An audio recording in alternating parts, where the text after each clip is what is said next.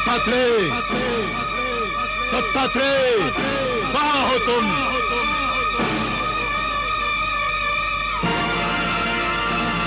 दत्तात्रेय, कहाँ हो तुम? दत्तात्रेय, कहाँ हो तुम?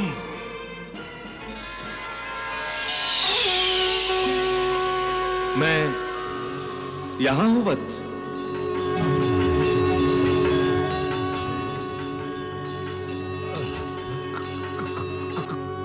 कौन हो तुम? मैं दत्त हूं, महर्षि अत्रि का पुत्र, इसीलिए आत्रेय हूं, दत्तात्रेय हूं। अच्छा अच्छा, तुम हो दत्तात्रेय, मायावी हो, हैं? भयभीत करना चाहते हो मुझे? मैं मायावी नहीं हूं, सारी माया मेरे अधीन है। ये संपूर्ण संसार मेरी माया है। जो कोई भी मेरे दर्शन की इच्छा व्यक्त करता है, मैं उसे दर्शन देता हूं। तुमने भी यही इच्छा व्यक्त की, इसीलिए मैं तुम्हारे सामने प्रकट हुआ हूं। यह भी कोई प्रकट होने का तरीका है? ये विराट रूप तुम्हें सत्य का ज्ञान कराने के लिए है। सत्य? सत्य क्या है दत्तात्रेय? सत्य मैं हूं। और मैं क्या हूं? असत्य? हाँ? तुम असत्य हो पाताल केतु। तुम्हारा ये शरीर असत्य है। ये संसार जो तुम देख रहे हो, ये भी असत्य है। फिर सत्य क्या है? जो नित्य और शाश्वत है, वो सत्य है। सद अर्थात जो प्रकट है, दृश्य है, उसे उत्पन्न करने की योग्यता जिसमें है, वो सत्य है। परंतु तुम ये कैसे समझ पाओगे? क्यों? तुम तो असत्य के पीछे भाग रहे हो। जो असत्य है, तुम उसे ही सत्य समझ रहे हो। किस असत्य के पीछे भाग रहा हूं मैं? उस नश्वर शरीर के पीछे जिसका नाम मदालसा है। वाह वाह वाह, अच्छी पलटी मारी तुमने। इसीलिए सत्य सत्य समझाने लगे मुझे। ये माया रची है मदालसा को मुझसे छुड़ाने के लिए। मूर्ख, जिस सौंदर्य पर तुम अपने प्राण लुटा रहे हो, क्या वो सौंदर्य माया नहीं? क्या सौंदर्य नाशवान नहीं? फिर तो संसार में जो कुछ भी है सभी नाशवान है। नहीं, आत्मा नाशवान नहीं। आत्मा सत्य है। जिस परमात्मा ने तुम्हें जीवन दिया है, वो भी सत्य है। उसने तुम्हें भावना की एक सुंदर भेंट दी है, जिसका नाम है प्रेम। इस प्रेम भावना को अपने अहंकार और वासना के विकारों से कलुषित मत करो। माया की ओर आकर्षित न होके मायापति परमात्मा की ओर आकर्षित हो जाओ। परमात्मा? कहां है परमात्मा? मायावी जो सामने ही नहीं, उससे प्रेम करने के लिए कह रहे हो तुम? जो कभी दिखाई ही नहीं देता, उसकी ओर आकर्षित हो जाने का उपदेश दे रहे हो तुम? पाताल केतु, परमात्मा तत्व के 4 नाम हैं: सत्य, ज्ञान, अनंत और ब्रह्म। सत्य ही ज्ञान है, ज्ञान ही अनंत है और अनंत ही ब्रह्म है। तुमने कभी सत्य की साधना की ही नहीं। यही कारण है कि साक्षात परमेश्वर सामने होते हुए भी तुम उसे पहचान नहीं सके हो। ओहो, तुम अपने आप को परमेश्वर समझ रहे हो? माया से महाकाय बनकर मुझे भ्रमित करना चाहते हो? ये माया मुझे भी आती है। मैं महाकाय बनकर दिखाऊं?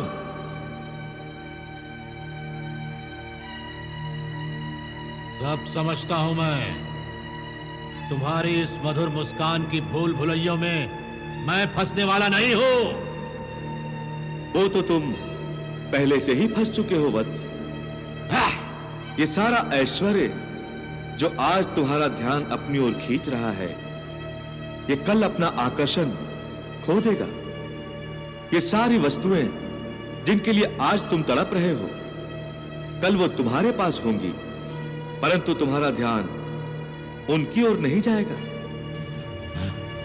असत्य को असत्य प्रिय लगता है और सत्य को सत्य। जब तुम असत्य, अनीति, अनाचार और अधर्म का त्याग करोगे, तभी तुम्हें सत्य का तेजस्वी दर्शन होगा, और दर्शन होते ही तुम्हें ज्ञान का साक्षात्कार होगा। ज्ञान का साक्षात्कार होते ही तुम अपने आप प्रभु की भक्ति करने लगोगे। मदालसा की भक्ति छोड़कर प्रभु की भक्ति नहीं दत्तात्रेय, नहीं। मेरे हृदय पर तो मदालसा के सुंदर मुख की छाप लग चुकी है, वो अब नहीं मिटेगी। मुझे खेद है पाताल केतु, तुम सत्य को जानने का प्रयास नहीं कर रहे हो। अगर तुम ऐसे ही हठ धर्मी करोगे तो तुम्हारा विनाश अटल है। मेरा विनाश?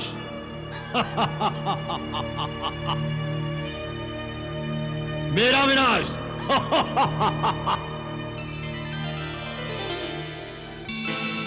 नारायण नारायण। हे ब्रह्मा विष्णु महेश के अंशावतार भगवान दत्तात्रेय, अपने परम भक्त नारद का प्रणाम स्वीकार कीजिए।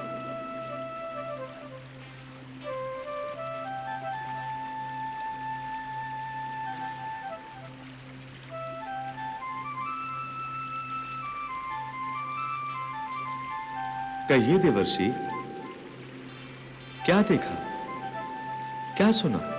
आपके विराट रूप के दर्शन किए और मैं धन्य हो गया।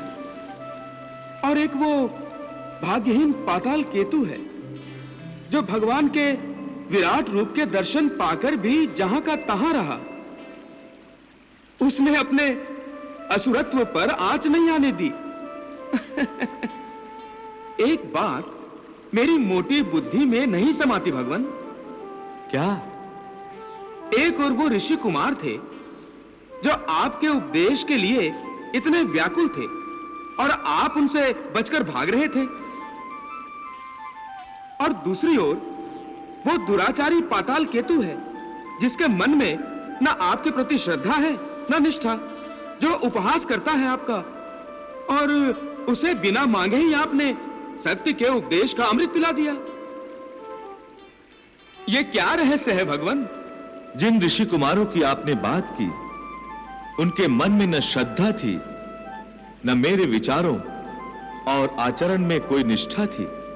यही कारण था कि मैं उनके मन में घृणा पैदा करने का प्रयत्न करता रहा। किंतु कार्तवीर्य में निष्ठा और श्रद्धा दोनों थी, इसलिए मैंने प्रसन्न होकर उसे यथोचित उपदेश दिया। यह बात तो समझ में आती है भगवान, किंतु पाताल केतु जैसे अहंकारी दुराचारी को उपदेश? देवर्षि, आप तो महाज्ञानी हैं। आप जानते ही होंगे कि पाताल केतु ने पूर्व जन्म में परमपिता ब्रह्मा, भगवान विष्णु और महादेव शिव शंकर तीनों के दर्शन एक साथ करने के लिए तपस्या की थी, और विधाता ने प्रकट होकर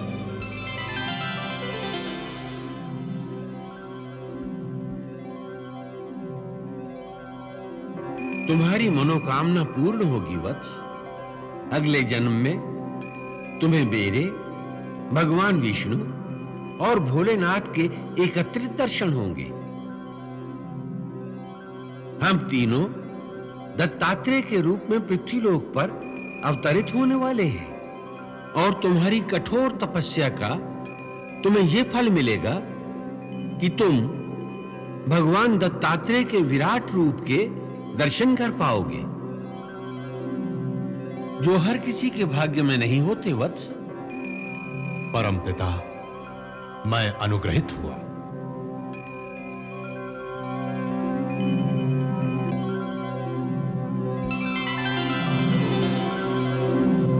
यही कारण है कि उसके दैत्य कुल में जन्म लेने पर भी मैंने अपना विराट रूप दिखाया। देवर्षि, आपके मन में कोई और जिज्ञासा है? नहीं प्रभु, नहीं। आपने बहुत कृपा की। क्षमा चाहता हूं भगवान, मैंने आपका ध्यान तोड़ा।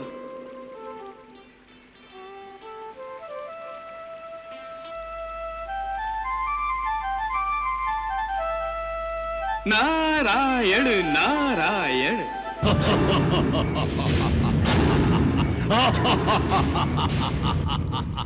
मेरा विनाश।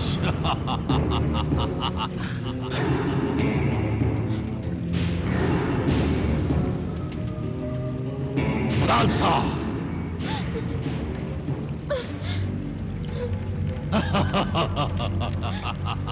मेरा विनाश। मदालसा, मिलाया तुम्हारे भगवान दत्तात्रेय से। वो तो बेशक है, और वो भी मायावी। यदि विराट रूप लेने से कोई भगवान हो सकता है तो देखो, मेरा विराट रूप देखो।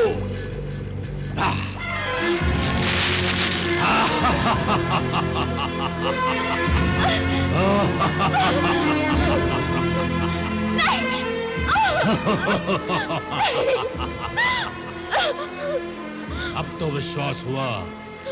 अब तो मुझे भी भगवान मानकर मेरे साथ विवाह करने में तुम्हें कोई आपत्ति नहीं होगी। ना मैं कभी तुम्हें भगवान मानूंगी और ना ही कभी तुमसे विवाह करूंगी। मुझे क्रोध मत दिलाओ सुंदरी, मुझसे विवाह कर लो। तुम्हारी ये इच्छा कभी पूरी नहीं होगी पाताल केतु। इच्छा तो मैं अपनी पूरी जब चाहे तब कर सकता हूं। किसी भी देव में, किसी भी मानव में, किसी भगवान में इतनी शक्ति नहीं जो मुझे तुम्हें और तुम्हारे शरीर को बलपूर्वक अपना बनाने से रोके। परंतु मैं तुम्हारी इच्छा से विवाह करना चाहता हूं। मेरी इच्छा तुमसे सदा मुंह फेरे रहने की होगी। मैं तुम्हें देखना भी नहीं चाहती। तो फिर क्या देखना चाहती हो? अंधकार, हाहाकार, निर्बलों निष्पापियों की चीत्कार, ऋषि मुनियों का संताप? क्या देखना चाहती हो? असत्य का सत्य को, अनीति का नीति को, अशुभ का शुभ को और अन्याय का न्याय को अभिशाप, ये देखना चाहती हो? ठीक है, जब तक तू मुझसे अपनी इच्छा अनुसार विवाह करने को राजी नहीं होती, तब तक मैं अपना क्रोध तीनों लोकों पर निकालूंगा। तीनों लोगों को ध्वस्त कर दूंगा मैं। कहीं कोई यज्ञ नहीं करेगा, कोई कल्याणकारी कार्य नहीं होगा। मेरी खड़क काटना शुरू करेगी तो निष्पाप निरपराधी नहीं देखेगी। नहीं। बच्चों और बड़ों में, स्त्री और पुरुष में भेद नहीं करेगी। नहीं। वो काटती जाएगी, तुम्हारा नाम लेती जाएगी, बोलती जाएगी ये सब मदालसा के कारण है। मदालसा यही चाहती है। मदालसा पाताल केतु के साथ विवाह नहीं करना चाहती। मैं जो भी हत्याएं करूंगा वो तुम्हारे नाम पर होंगी। नहीं। जो भी पाप करूंगा वो तुम्हारे नाम पर होंगे। तुम उत्तरदायी होगी अब तीनों लोगों से उठती हुई त्राही त्राही की, आंधी की।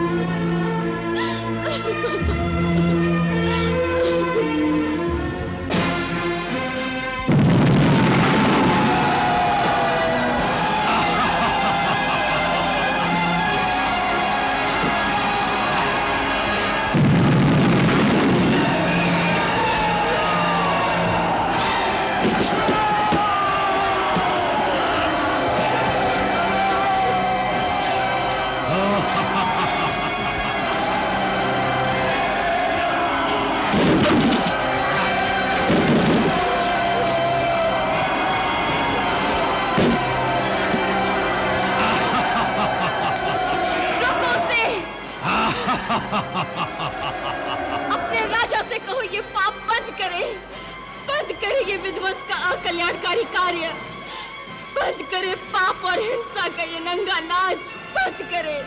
बंद कर। ये बंद नहीं होगा सुंदरी।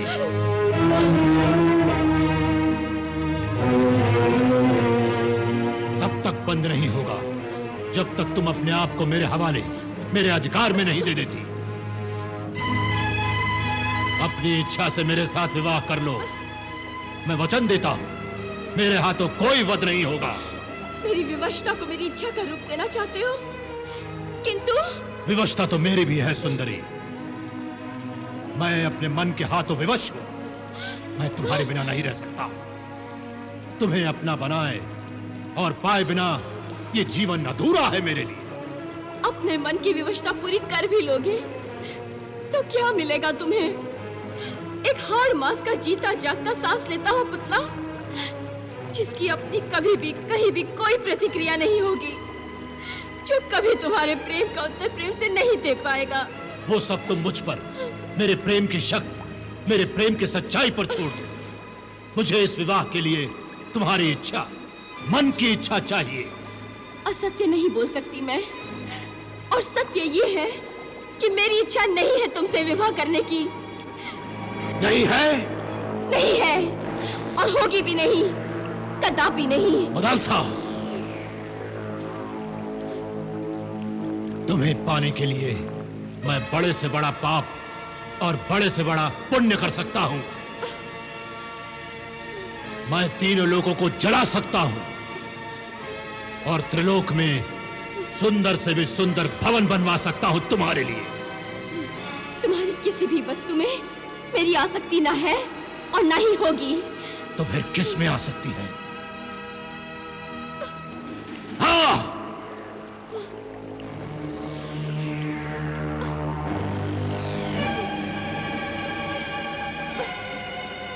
सुनो सुंदरी, पाताल केतु जो कहता है वो करके दिखाता है। सृष्टि में कोई भी ऐसा नहीं जो उसका हाथ पकड़ सके। यदि तुमने अपने मन से मेरे साथ विवाह करना स्वीकार नहीं किया तो मैं तुम्हारे माता पिता का वध कर दूंगा। नहीं! हाँ, नहीं! विश्वास न हो तो मैं विश्ववसु और चित्रलेखा के शीश काट कर ले आऊं। नहीं! तुम ऐसा नहीं कर सकते। तुम ऐसा नहीं कर सकते। किसने कहा मैं ऐसा नहीं कर सकता? मैं अभी लेकर आता हूं।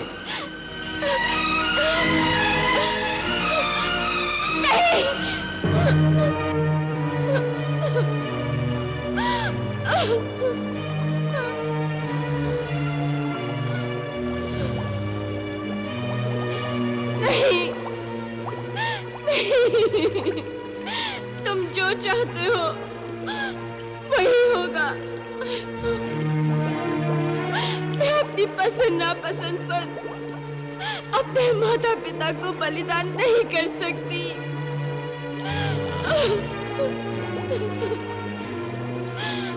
मैं तुम्हारे साथ विवाह को तैयार हूँ।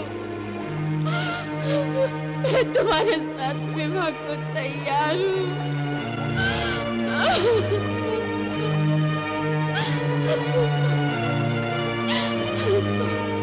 तुमने ये निर्णय अपनी इच्छा से लिया है ना?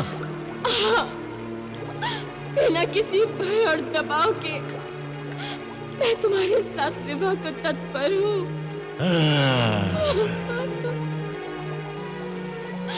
हिडिंबी, जिम्बी, जी महाराज।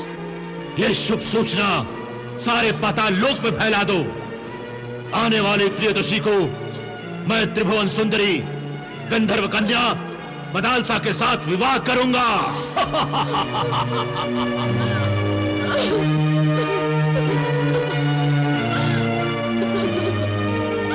हे देवताओं, गंधर्वों, किन्नरों, दसों दिशाओं, दिग्गजों, दिक्पालों, आप में से किसी में भी पाताल केतु पर प्रतिबंध लगाने की क्षमता नहीं है।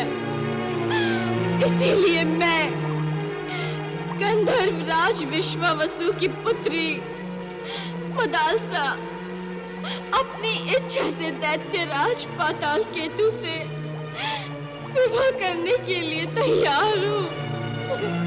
विवाह करने के लिए तैयार हूँ।